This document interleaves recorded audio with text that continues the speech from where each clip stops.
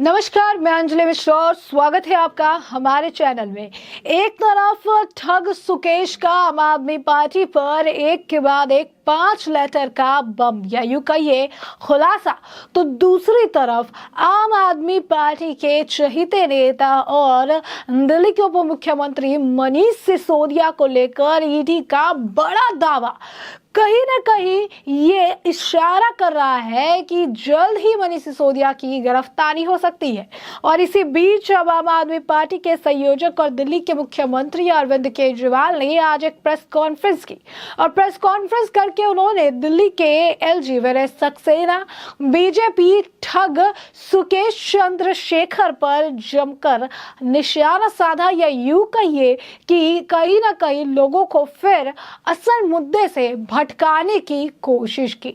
आखिर क्या कहा है दिल्ली के मुख्यमंत्री अरविंद केजरीवाल ने, आज अपने पीसी में विस्तार से जान लीजिए। बता दें, दिल्ली के मुख्यमंत्री अरविंद केजरीवाल ने दिल्ली के उप राज्यपाल पर यह आरोप लगाया कि उन्होंने दिल्ली में लगने वाली योग क्लास को रोक दिया था। केजरीवाल ने कहा कि बीजेपी के साथ मिलकर एलजी वीरेश सक्सेना साहब दिल्ली की जनता के जीवन को नरक बना रहे हैं। उन्होंने कहा कि योग शिक्षक की सैलरी उन्होंने रोक दी, लेकिन मैंने कहा कि मैं योग क्लास को बंद होने नहीं दूंगा। मैं उनसे कहीं से भी मैं उनके लिए पैसे लेकर आऊंगा। अरविंद केजरीवाल ने आरोप लगाया कि एलजी साहब ने दिल्ली के 17,000 लोगों को योग करने से रोकने की कोशिश की। उन्होंने कहा कि योग टीचर को सैलरी नहीं दी जाएगी। बीजेपी के साथ मिलकर एलजी साहब दिल्ली वालों को परेशान कर रहे हैं। योग करने से रोकना तो पाप है। एलजी बीजेपी के साथ मिलकर योग की क्लास करने से रोकने के लिए देवदत्त का तीर चलाया, लेकिन उसे मैंने अपने सीने पर लिया और मुझे घाव हो गया। तो साफ तौर पर एक सवाल जो बनता है वो ये बनता है, दिल्ली के मुख्यमंत्री अरविंद केजरीवाल है। अब उन्हें कई सारे काम करने से दिल्ली के एलजी रोक रहे हैं, कई सारे काम केंद्र के वजह से नहीं कर सकते। हर बार प्रेस कॉन्फ्रेंस के करने के लिए उनके पास पर्याप्त समय होता है, आरोप लगाने के लिए पर्याप्त समय होता है, दूसरे के किए गए कामों का क्रेडिट लेने का पर्याप्त समय होता है, लेकिन काम करने का समय इन्हें नहीं मिल पा रहा है। और कहीं ना कहीं जिस तरीके से आरोप इन पर लगाए जा रहे हैं, जिस तरीके की बातें निकल कर सामने आ रही है, जिस तरीके से आम आदमी पार्टी की सच्चाई अब जनता के पास जा रही है, अब इसके अलावा उन्हें मतलब जो मुद्दा है, मुद्दे से भटकाने के अलावा इनके पास आज के वक्त में कोई ऑप्शन नहीं है।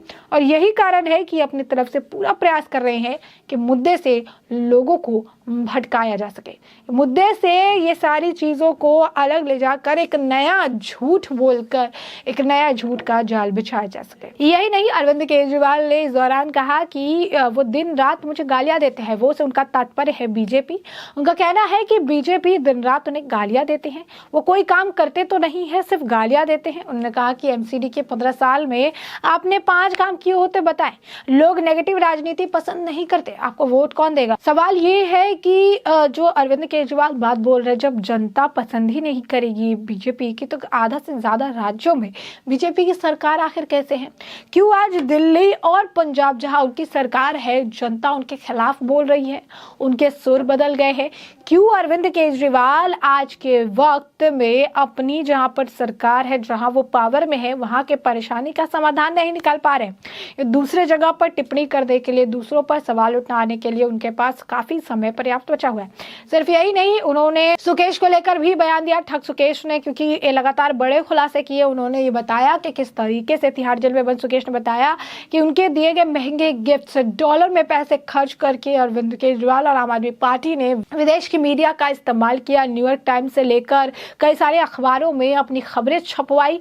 लोगों की गाड़ी कमाई का पैसा अरविंद केजरीवाल भारत में तो उड़ा ही रहे थे। अपने राज्य का प्रमोशन आप कह सकते हैं, प्रचार करने में वो तो उड़ा ही रहे थे। 20 लाख रुपए का लोन देकर 20 करोड़ का एडवर्टीजमेंट देने वाले अरविंद केजरीवाल अब विदेश में भी जनता की खून पसीने की गाड़ी कमाई का पैसे का इस्तेमाल अपने राजनीतिक लाभ के लिए कर रहे हैं। अपने राजनीतिक लाभ को उठाने के लिए अब जनता की गाड़ी कमाई के पैसे का इस्तेमाल अपने प्रचार और प्रसारण के लिए कर रहे हैं। ठग सुकेश ने एक के बाद एक 5 पत्र लिखे और उन्होंने तो पॉलीग्राफ टेस्ट की बात भी कह दी और उन्होंने कहा कि लाई डिटेक्टर टेस्ट के लिए भी मैं तैयार हूं। अगर आम आदमी पार्टी से भी कोई आना चाहे तो वो आ सकता है। वहीं ईडी द्वारा भी बड़ा खुलासा किया गया। ईडी ने बताया कि किस तरीके से मनीष सिसोदिया समेत 140 वीआईपी ने डिजिटल सबूत मिटाने का प्रयास किया। वहीं आपको बता दें कि ईडी के तरफ से भी बड़ा खुलासा किया गया। ईडी के खुलासे में यह बात सामने आई। उन्होंने ये बताया कोर्ट में कि किस तरीके से मनीष सिसोदिया समेत कई ऐसे वीआईपीज हैं जिन्होंने डिजिटल सबूत मिटाए।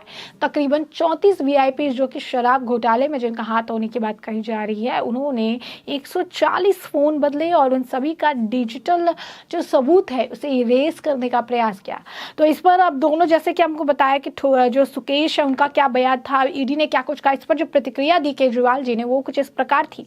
उन्होंने कहा कि सुकेश चंद्रशेखर को लेकर उन्होंने कहा कि सुकेश चंद्रशेखर को बीजेपी में शामिल करना चाहिए और उसको अध्यक्ष बनाना चाहिए, कम से कम स्टार प्रचारक तो बनाना ही चाहिए। केजरीवाल ने कहा ईडी और सीबीआई फिल्म प्रोडक्शन कंपनी बन गई है, पीएमओ फिल्म प्रोड्यूस करता है। दिल्ली के सीएम ने कहा कि बॉलीवुड से अच्छी कहानी ईडी और सीबीआई के दफ्तरों में लिखी जा रही है। तो जो आप कह सकते हैं कि बौखलाहट है उनके बयानों में साफ देखने के लिए मिल रही है।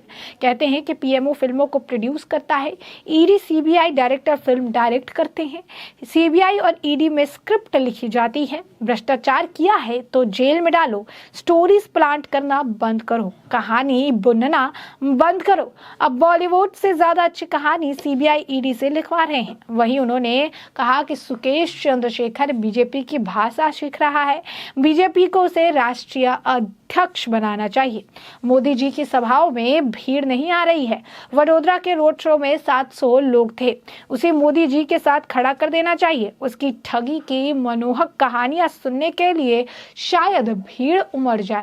तो आप देख सकते हैं कि जिस तरीके से बयानबाजी की जा रही है, जिस तरीके से आज के वक्त में इन्हें लेकर बड़े बड़े खुलासे हो रहे हैं, उन खुलासों के मद्देनजर केजरीवाल जो है इस तरीके की बयानबाजी कर रहे हैं। कह रहे हैं कि अगर चोरी की है, अगर गलत किया है तो जेल में डालो, यानी वह फिर मनीष सिसोदिया को जेल में डालने की अपील कर रहे हैं।